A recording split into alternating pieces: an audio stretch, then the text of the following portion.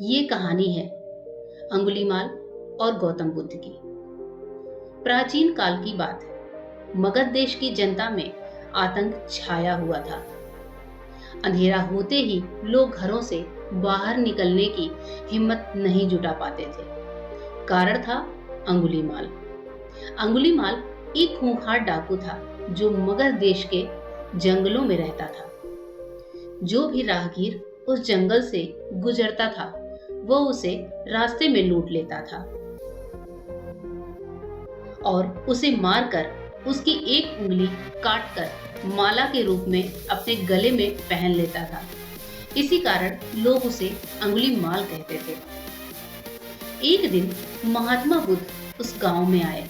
लोगों ने उनका खूब स्वागत सत्कार किया। महात्मा बुद्ध ने देखा कि वहां के लोगों में कुछ डर सा समाया हुआ है। महात्मा बुद्ध ने लोगों से इसका कारण जानना चाहा। लोगों ने बताया कि इस डर और आतंक का कारण डाकू अंगुलीमाल है। वह निरपराध राहगीरों की हत्या कर देता है। महात्मा बुद्ध ने मन में निश्चय किया कि उस डाकू से अवश्य मिलना चाहिए।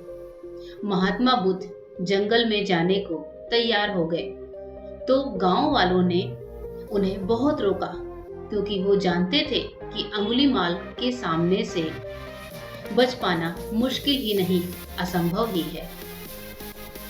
लेकिन बुद्ध अत्यंत शांत स्वभाव से जंगल में चले जा रहे थे।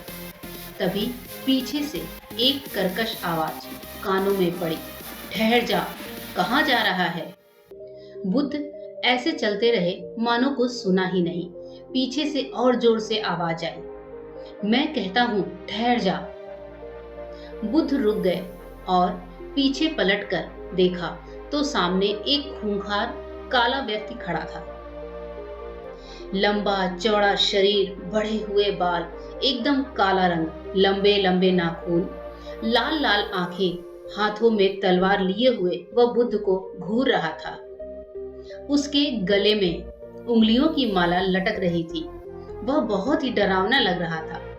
बुद्ध ने शांत और मधुर स्वर में कहा, मैं तो ठहर गया, भला तू कब ठहरेगा? अंगुलीमाल ने बुद्ध के चेहरे की ओर देखा। उनके चेहरे पर बिल्कुल भय नहीं था, जबकि जिन लोगों को वो रोकता था वे भय से थर-थर कांपने लगते थे। अंगुलीमाल बोला, हे सन्यासी, क्या तुम्हें डर नहीं लग रहा? देखो, मैंने कितने लोगों को मारकर उनकी उंगलियों की माला पहन रखी है। बुद्ध बोले, तो तुझसे क्या डरना? डरना है तो उससे डरो जो सचमुच ताकतवर है।